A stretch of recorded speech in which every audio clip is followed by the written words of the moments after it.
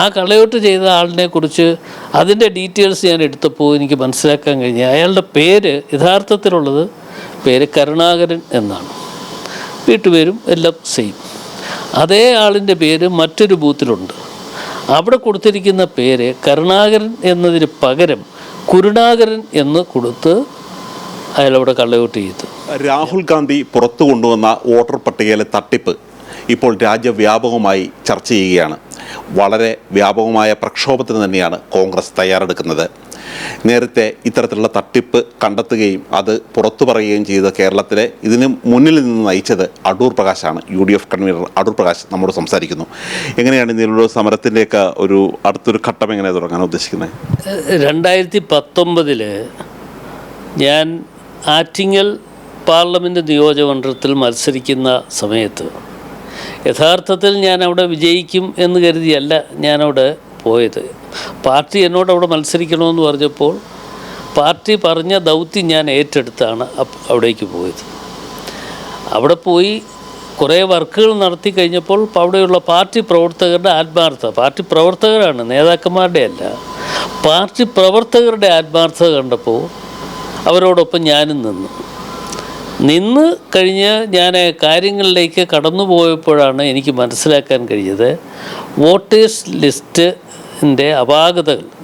ഞാൻ അതിനുവേണ്ടി ആളിനെ പ്രത്യേകമായി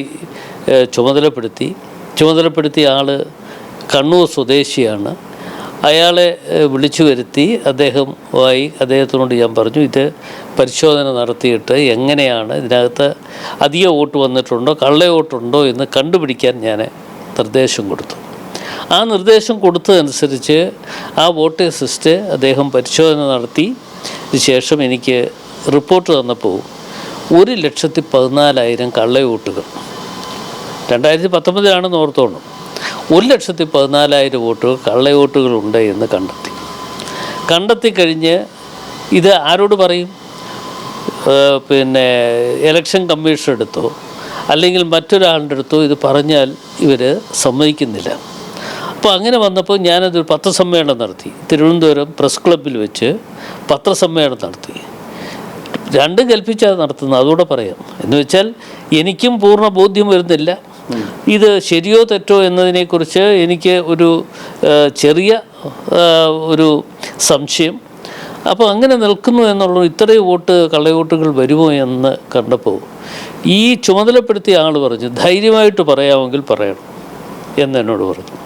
അപ്പോൾ പ്രസ് ക്ലബ്ബിൽ വന്ന് ഈ വോട്ടേഴ്സ് ലിസ്റ്റ് അറിയാമല്ലോ, 7 നിയോജകമണ്ഡലത്തിലെ വോട്ടേഴ്സ് ലിസ്റ്റ് സത്യത്തിന് അവിടെ കൊണ്ടുവന്നത് ഒരാളിനെ തലയിൽ വെച്ച് ചുവന്നാണ് അവിടെ കൊണ്ടുവന്ന് പ്രസ് ക്ലബിൻ്റെ മേശപ്പുറത്ത് വെച്ചത്. അപ്പോൾ 1,14,000 കള്ളവോട്ടുകൾ ഇതിനകത്ത് കടന്നുകൂടിയിട്ടുണ്ട് എന്ന് ഞാൻ അവിടെ വെച്ച് പ്രഖ്യാപിച്ചതിന് ശേഷം അന്നത്തെ കളക്ടറാണല്ലോ ചുമതലക്കാരി, ഇലക്ഷൻ്റെ ചുമതല, കളക്ടറെ വിളിച്ചു. ഞാൻ പറഞ്ഞു ഇങ്ങനെ കള്ളവോട്ടുകളുണ്ട്.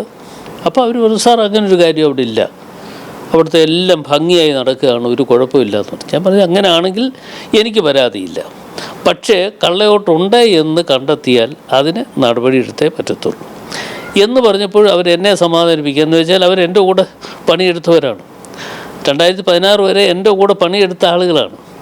അപ്പോൾ ഞാൻ പറഞ്ഞു ഉണ്ട് എങ്കിൽ എനിക്ക് പരാതിയുണ്ട്. അതിനുശേഷം ഞാൻ എന്ത് ചെയ്തു എന്ന് വെച്ചാൽ ഇതിൻ്റെ CD തയ്യാറാക്കിയിട്ട് ആ CD കേന്ദ്ര ഇലക്ഷൻ കമ്മീഷർക്ക് അയച്ചു കൊടുത്തു. ഒരു 2 ദിവസം കഴിഞ്ഞപ്പോൾ കേന്ദ്ര ഇലക്ഷൻ കമ്മീഷൻ പരിശോധന നടത്തിയതിന് ശേഷം കളക്ടർക്ക് നിർദ്ദേശം കൊടുത്തു. സ്ഥാനാർത്ഥി പറഞ്ഞത് ശരിയാണ് എന്ന് പറഞ്ഞ് നിർദ്ദേശം കൊടുത്തു കഴിഞ്ഞപ്പോൾ കളക്ടർക്ക് നടപടിയെടുക്കേണ്ടതായിട്ട് വന്നു. കളക്ടർ എങ്ങനെ എടുക്കാൻ വേണ്ടി കളക്ടർ പറഞ്ഞത്, ആരെങ്കിലും കള്ളവോട്ട് ചെയ്യാൻ കടന്നു വന്നാൽ നിയമാനുസൃതമുള്ള നടപടികൾ സ്വീകരിച്ചിരിക്കും എന്ന് അവർ പ്രഖ്യാപിച്ചു. ആ പ്രഖ്യാപനം വന്നതോടുകൂടി തെരഞ്ഞെടുപ്പിൻ്റെ അന്ന് ആ തലേ ദിവസം എൻ്റെ കൂടെയുള്ള പാർട്ടി പ്രവർത്തകരോ അല്ലെങ്കിൽ ഞങ്ങളോടൊപ്പം വർക്ക് ചെയ്ത് ഒരാൾ പോലും ഉറങ്ങിയിട്ടില്ല. പാതിരാത്രിക്ക് ഉറങ്ങാതിരുന്ന് പണിയെടുത്ത് ഓരോ ബൂത്തിലും ആരൊക്കെയാണ് കള്ള വോട്ടുള്ളത്, ആരുടെയൊക്കെ പേരുകളാണുള്ളത് എന്ന് വെച്ചാൽ 1425ഓളം ഉള്ള ബൂത്തുകളിലെല്ലാം മുഴുവൻ ബൂത്തുകളിലും പിന്നെ രാവിലെ മുതൽ എല്ലായിടത്തും എത്തിച്ചു തുടങ്ങി. എൻ്റെ ഓഫീസിൽ നിന്ന് എത്തിച്ചു എന്ന് പറയുന്നത് ഇവിടെ ഇന്നയാളിൻ്റെ കള്ളവോട്ട് വരാൻ സാധ്യതയുണ്ട് എന്ന് നോക്കിക്കൊള്ളണം എന്ന് പറഞ്ഞ് അവിടെ ഇരുന്ന ബൂത്ത് തല ഏജൻറ്റിനെ ചുമതലപ്പെടുത്തുക മാത്രമല്ല, അതോടൊപ്പം തന്നെ അവിടെ ഇരുന്ന ബൂത്ത് തല ഓഫീസർക്കും കൊടുത്തു. ചെയ്ത പ്രോസസ്സിങ് ഇങ്ങനെയാണ്. ബൂത്ത് തല ഓഫീസർക്കും കൊടുത്ത് ആ തെരഞ്ഞെടുപ്പിൽ 52,000-ലധികം ആളുകൾക്കന്ന് കള്ളവോട്ട് ചെയ്യാൻ വരാൻ കഴിയാതെ പോയി. കാര്യം കളക്ടർ പറഞ്ഞു, ആരെങ്കിലും കള്ളവോട്ട് ചെയ്യാൻ വന്നാൽ നിയമാനുസൃതമുള്ള നടപടി എടുക്കുമെന്ന് പറഞ്ഞാൽ അറിയാമല്ലോ, നിയമാനുസൃതം എന്താണ് നടപടി വരാൻ പോകുന്നത് എന്നതിനെക്കുറിച്ച് ഒരുമാതിരിപ്പെട്ട എല്ലാവർക്കും അറിയാം. അതുകൊണ്ട് 52,000 ആളുകൾ വോട്ട് ചെയ്യാൻ വന്നില്ല. മാത്രമല്ല, എന്നിട്ട് അതിനകത്ത് ഒരാൾ കള്ളവോട്ട് ചെയ്തു. ആ കള്ളവോട്ട് ചെയ്ത ആളിനെക്കുറിച്ച് അതിൻ്റെ ഡീറ്റെയിൽസ് ഞാൻ എടുത്തപ്പോൾ എനിക്ക് മനസ്സിലാക്കാൻ കഴിഞ്ഞു, അയാളുടെ പേര് യഥാർത്ഥത്തിലുള്ളത് പേര് കരുണാകരൻ എന്നാണ്. വീട്ടുപേരും എല്ലാം സെയിം. അതേ ആളിൻ്റെ പേര് മറ്റൊരു ബൂത്തിലുണ്ട്. അവിടെ കൊടുത്തിരിക്കുന്ന പേര് കരുണാകരൻ എന്നതിന് പകരം കുരുണാകരൻ എന്ന് കൊടുത്ത് അയാളവിടെ കള്ളവോട്ട് ചെയ്തു. ഞാൻ പറഞ്ഞത്, മാർക്സിസ്റ്റ് പാർട്ടിയെ സംബന്ധിച്ചിടത്തോളം ഇതൊരു പുതിയ കാര്യമല്ല. മാർക്സിസ്റ്റ് പാർട്ടി എല്ലായിടത്തും ചെയ്തുകൊണ്ടിരിക്കുന്ന ഭീമമായി നടത്തിക്കൊണ്ടിരിക്കുന്ന ഒരു കള്ളത്തരവും കൊള്ളയുമാണ് നടത്തിക്കൊണ്ടിരിക്കുന്നത്. അപ്പോൾ CPM അത്തരം അങ്ങ് പറയുന്നത് ഇപ്പോൾ ഈ CPM കാലാകാലങ്ങളായി നടത്തിക്കൊണ്ടിരിക്കുന്ന ഈ കള്ളവോട്ട് തന്ത്രം തന്നെയാണ് BJP നടത്തുന്നതാണോ? അതെ, ഞാനത് പറഞ്ഞു വരികയാണ്. അപ്പോൾ ഈ CPM 2019 കാര്യമാണല്ലോ 1,14,000 ഞാൻ പറഞ്ഞത്.